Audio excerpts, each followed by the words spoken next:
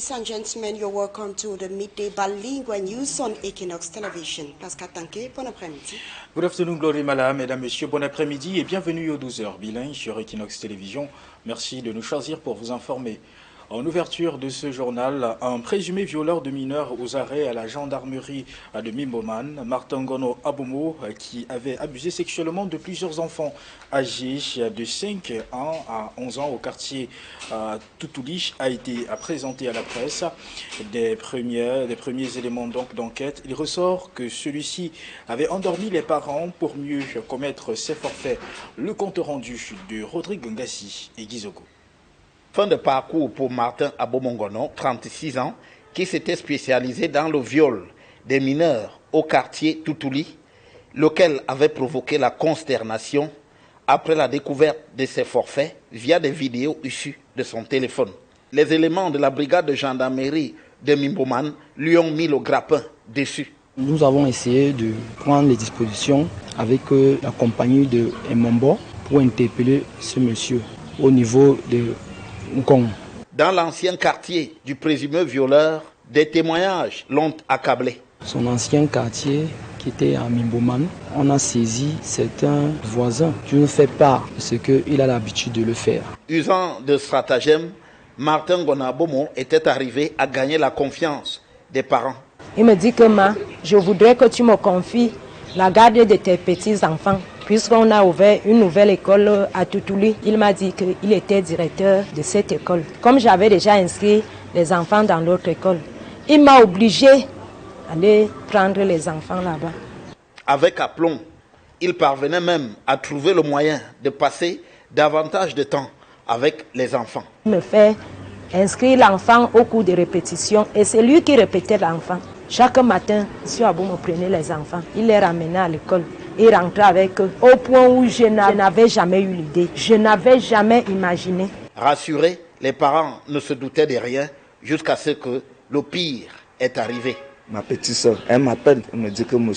Aboumou a fait fatiguer encore quoi. Il m'a dit qu'il y a les vidéos. Quand je regardais les vidéos là, je n'ai pas vu la face de mon enfant, j'ai vu son habit. Ce sont officiellement 4 victimes âgées de 5 ans, dont 2 9 ans et 11 ans qui ont finalement saisi la gendarmerie. Les autres ont préféré garder l'anonymat. Martin Gono Abomo va devoir subir son châtiment après l'avis du procureur de la République. Au quartier Aqua, centre d'affaires de la ville de Douala, le tissu commercial agonise sous l'effet des multiples délestages observés cette semaine et qui paralysent d'ailleurs les activités de plusieurs entreprises. À l'origine de ce blackout, le retrait brutal des centrales de Kribi et de Dibamba du réseau interconnecté sud par l'opérateur Globelec. Les explications de Steve Eboulé et Hubert Michel Kamini. Employés réduits au désœuvrement, captivés par les écrans de leur smartphone, ils s'occupent autrement face à des machines désespérément muettes. Tel est le triste spectacle qui rythme désormais le quotidien des entreprises du centre-ville d'Aqua, plongé dans le noir depuis plus d'une semaine. Depuis là le matin, on a coupé la ligne, on ne peut pas faire grand chose. Bon, les coupures empêchent le travail parce qu'on travaille essentiellement avec le courant. Vu qu'on doit tester les moteurs, on doit tout le temps brancher les climatiseurs et voir comment les appareils fonctionnent. Quand peut-être un client vient avec un appareil, il faut absolument qu'on le teste d'abord. Sans lumière, on ne peut pas tester, on ne peut pas voir quel est le problème. Ici, dans cette imprimerie par exemple, les délestages paralysent l'ensemble des activités. Une commande pourtant lancée demeure prisonnière des rouages de la rotative depuis de longues heures, tandis que la pression des clients, elle, ne cesse de croître. En fait, je suis sur une commande. Vous voyez la machine, vous pouvez regarder la machine. J'ai une commande en cours d'un client qui me demande des affiches de 6 mètres carrés x 6 par 3. Au moins une vingtaine. Je n'ai fait que 6. Je ne peux pas évoluer. Le client est aux abois. J'ai des employés, ils ne peuvent pas arriver parce qu'il n'y a rien à faire. On ne peut pas travailler sans lumière. Vous comprenez pourquoi je suis autant courroucé. Un peu plus loin, dans cet atelier de bureautique, c'est un lourd sommeil qui finit par gagner le personnel. Face à l'absence de l'énergie, la moindre tâche devient irréalisable. Avant, c'était pas simple, je peux le dire, mais maintenant, si c'est devenu grave. On arrive au travail, comme vous constatez là, toutes les machines sont éteintes. On ne peut pas travailler pour une zone comme Aqua. Les manques à gagner sont colossaux pour ces opérateurs économiques qui doivent, malgré la crise, honorer leurs engagements contractuels et supporter des charges de fonctionnement. Mais ça nous cause de sérieux retards dans la livraison des prestations chez les clients. À la fin, on va nous demander de payer les impôts. Par contre, on n'a pas fait un chiffre. On a des clients qui nous embêtent, qui nous appellent, qui nous insultent tout le temps pour dire il y a le retard. Comme nous, on fait plus côté impôts, donc du coup, on ne paye pas les impôts dans les délais parce qu'on ne peut pas saisir. Il n'y a pas de lumière. Pour appréhender les origines de ce dysfonctionnement majeur, il faut se référer à la récente note d'information du ministre de l'Eau et de l'Énergie. Ce document évoque le retrait par l'opérateur Globelec des capacités de production des centrales thermiques de Kribi et de Dibamba du réseau interconnecté Sud, et ce depuis le 1er juin dernier. Gaston Elundou et Somba assurent toutefois que des démarches urgentes ont été engagées afin de garantir un retour rapide à la normale. Le personnel d'Afriland First Bank s'est récemment réuni à Douala à l'occasion de son traditionnel forum annuel. Cette rencontre a été l'occasion de célébrer la cohésion qui fait la force de l'institution financière tout en dressant le bilan de ses performances. Un moment d'ailleurs de partage et de détente destiné à renforcer davantage les liens au sein de la team First Bank. Reportage.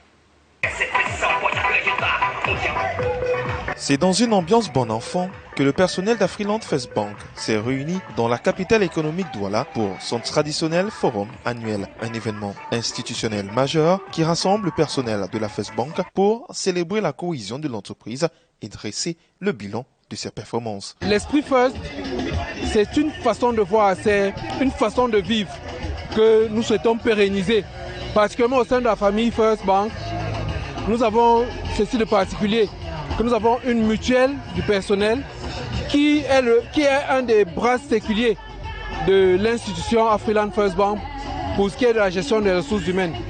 Donc, nous essayons d'animer nos ressources humaines. Nous essayons d'apporter d'autres éléments que l'activité quotidienne, le service quotidien. Nous essayons de mettre de la joie, de donner d'autres raisons d'être ensemble à nos ressources humaines. Un moment de détente et de réflexion afin de renforcer les liens entre les équipes de la team First Bank. 5, 6, 7. Entre courses dans le sac, tir à la corde, danse sportive, match de basketball et de football.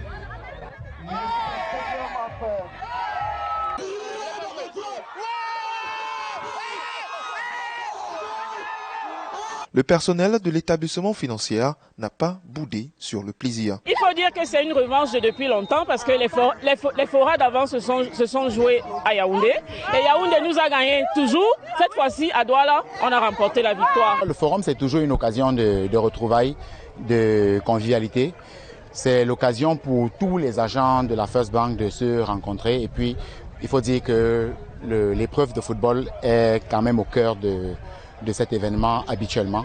Vous voyez la foule que ça a drainé et vous voyez l'engagement qu'il y avait sur le terrain. C'est le bon esprit pour la First Bank. Célébré sous la thématique Sawaland, le forum annuel 2026 était également l'occasion pour le top management, à travers des échanges avec le personnel, de déceler les difficultés auxquelles sont confrontés les employés et de se projeter vers l'avenir à travers des innovations annoncées. Nous sommes Afriland First Bank. Et notre vision, c'est la Banque africaine du millénaire. Je sais que ce sont des rappels qui peuvent paraître redondants, mais nous ne lasserons jamais de faire ces rappels parce que la répétition est la mère de l'enseignement. Et notre vision inscrit notre action dans le temps long. Un millénaire, c'est 1000 ans. Et si nous sommes la Banque africaine du millénaire, c'est parce que nous avons le devoir d'apporter des solutions aux problèmes économiques de l'Afrique de façon efficiente et durable. Dans le même temps, le forum annuel est également l'occasion de récompenser l'excellence professionnelle à travers plusieurs distinctions, notamment le prix de la meilleure nouvelle recrue, le prix de la meilleure recherche-action, le prix de la meilleure unité support opérationnel. Nous avons eu la chance d'être lauréat aujourd'hui du prix de la meilleure recherche-action. Il s'agit ici là d'un projet commun, collectif, sur lequel nous avons travaillé avec l'ensemble de nos coéquipiers. Ce prix n'est pas uniquement le prix d'une personne, mais toute une équipe. Le projet a consisté effectivement à mettre en œuvre une solution pour digitaliser le fonctionnement d'accueil dans nos agents et l'exécution des opérations. Ce prix matérialise le fruit de longues journées de travail, des heures à réfléchir et à ne pas dormir en temps plein. On retient un engagement ferme de la direction générale à promouvoir l'excellence des coéquipiers, à promouvoir les valeurs institutionnelles qui portent la First Bank et enfin à jouer notre rôle d'acteur social dans la vie économique du pays. Pour asseoir son leadership dans le secteur bancaire national, le top management d'Afriland First Bank a fait des recommandations fortes pour booster le personnel dans l'accomplissement de ses missions sur le terrain. Une performance financière exceptionnelle n'est durable que si elle repose sur la discipline et l'autocontrôle. Les 38 milliards de l'année 2025 engagent notre responsabilité individuelle et collective. Ils n'absorbent pas aucun manquement, ils n'autorisent aucun relâchement, ils nous obligent plus que jamais à être à la hauteur. Le premier trimestre ne traduit pas encore à suffisance de force l'ambition que nous nous sommes fixée pour 2030. L'heure n'est plus aux justifications, l'heure est à la discipline d'exécution. L'intégrité n'est pas une option, c'est le fondement même de notre maison. Le forum annuel développé par Afriland First Bank inclut une assemblée générale destinée à évaluer le bilan annuel de la banque et à fixer des nouveaux objectifs opérationnels. Pour la banque, il s'agit de réunir des délégations de toutes les agences du pays pour favoriser l'esprit d'équipe et le sentiment d'appartenance à la famille First Bank.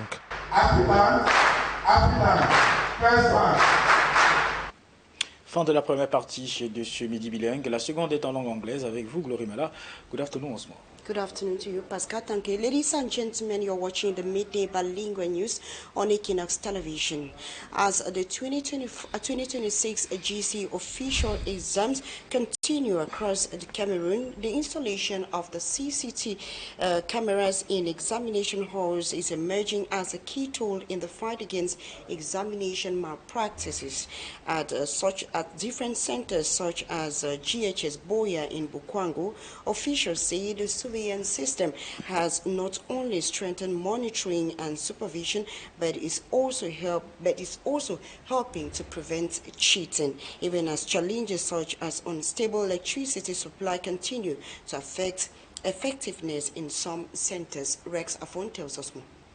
One of the reasons advanced for the installation of CCTV cameras in examination halls during the ongoing GCE written phase is the desire to curb examination malpractice. Several schools have already installed the cameras in their halls. We are very happy and we thank the GCE board for that innovation, because so far we are very happy to see the behavior of our students. Now they come very early and they don't come with those pre-prepared material. They're all very conscious of the fact that double eyes are on them. At GHS Boya in Bukwango, the chief of center says supervision has become easier with the cameras in place. From her office and the technical room, everything taking place in the examination halls can be monitored in real time. This is my office. As you can see, that is the screen there. So I see all what is going on in the classroom. So from here I can monitor. And I've put another center where I've put a team that they are all watching. In case of anything, they will go and intervene. For the students, the presence of cameras does not disturb those who prepared adequately for the examinations. The other thing that is different there is just the camera, but everything maintaining itself. That is when you're studying, you don't need to panic. You just need to write what you know. Yeah, they have surveillance camera around here. It was actually good, because for me, I just feel like it will make people to sit. For candidates who may fall ill or experience discomfort during the exams, this sick bay is readily available to receive and assist them before they return to continue writing. The students, some of them have fever, they have not treated themselves well. So when they come here, sometimes I help them to give them Paracet And sometimes they go back to their class and continue the exams. Although the monitoring process with CCTV cameras is hampered by the lack of electricity in some centers and unstable power supply in others, many teachers believe that installing the system in all GC examination centers would significantly reduce cases of malpractice. A partially collapsed four-story building in Yupoi Douala 3 subdivision has left terrified residents and business owners calling on authorities for an immediate demolition before the structure cause more danger in the area. Details with Smagic and Gabriel. In the heart of Yupoi, littoral region, this four-story structure is keeping an entire neighborhood awake at night. Sources on the ground say it was approved as a three-story building, but construction continued to a fourth floor. Residents say as the foundation couldn't hold the weight, a section has already collapsed. I came here when the building was already down, so I was scared to come in with my clients' vehicles, so I bear the risks, even though I don't even use all the space behind it because of security reasons, so I shift in front, so I still have enough space behind there. With the building still standing tall without any action taken, people are now describing it as a ticking time bomb. If they can just put everything down, then allow it, then it will be better. The day the thing will really goes down, I think it's going to destroy. It will destroy a lot. A car mechanic says his everyday prayer is that the building should not fall on his workshop. Reasons he is afraid to park cars close to the fence because no one knows when the whole thing will come down. At times in the night when it's rainy, I always think first in my mind, that building can go down. He is not alone. Neighbors say fear is now part of our daily life. Children play meters away from the cracked walls. Ironically, the council has ordered work on the building to stop, but on the ground, nothing has changed. No demolition, no reinforcement. For my own security reasons, I would like the government to do something concerning this building because my clients' vehicles are in big risk. Like, for example, if that building collapsed today, I'll have a lot of loss because I'll need to go follow my clients to see how I can do to repair their cars, or maybe at times even buy cars for them. And even with the children that are learning work here with me, I don't really know how to protect them because of this thing. Every day I can't even sleep home safely because of this building. For the people of Yupoi, the hope is simple: intervention before tragedy. Following the tragic rape of a 3-year-old Joyce Naval in Oja in the city of Yaoundé, school authorities in the city of Douala have reinforced security protocols to protect students and address public anger fueled by recent women-led protests. To rebuild trust, school administrators are increasing communication and transparent during operational crisis. Officials emphasize that ongoing collaboration with local police and community watch groups remains vital to ensuring absolute safety for young children. Details with Loma Nyeru. Following the tragic rape of 3-year-old Joyce Nawal in Yaoundé, school authorities in Douala have highlighted the new security measures implemented within their establishment to ensure child safety. Notre établissement est placé sous caméra de vidéosurveillance 24 heures sur 24 avec enregistrement. Our establishment is placed under video control all day and connected with police officials in case there is any issue. There are visible and invisible cameras. Il y a aussi des caméras un peu moins visibles dans les endroits reculés de l'établissement, on ne sait jamais. This reaction was stimulated by the intense public anger and widespread protests led by women's rights groups. In response, schools are reforming their communication strategies to ensure transparency whenever they face security challenges. Déjà, comme institution catholique, nous avons une matière au programme qui s'appelle développement personnel, en plus de la religion. As a Catholic institution, we have subjects like self-development, with religion and moral. In this program, we teach children how to react whenever they are in danger. Les enfants sont inoffensifs, donc ce que nous leur encourageons à faire, c'est de communiquer. Beyond these headlines, a silent cry is growing. In both Douala and Yaoundé, civil society groups are sounding the alarm over the rising trend of unsolved child disappearance. While child protection advocates demanding harsher judicial punishment and immediate systematic reform, one major question remains. Will these new school measures be enough to protect Cameroon's next generation? And that report by Loma Nyuru ends the midday bilingual news. Ladies and gentlemen, thanks for watching. We leave you in a company of more interesting programs. Do have a good day. Pascal Tanguy. Très bon week-end à vous, Glory Mala. Mesdames, Messieurs, merci de vous être informés sur Equinox Télévision. Restez en compagnie des meilleurs des programmes sur la chaîne du peuple. Très bon week-end à tous.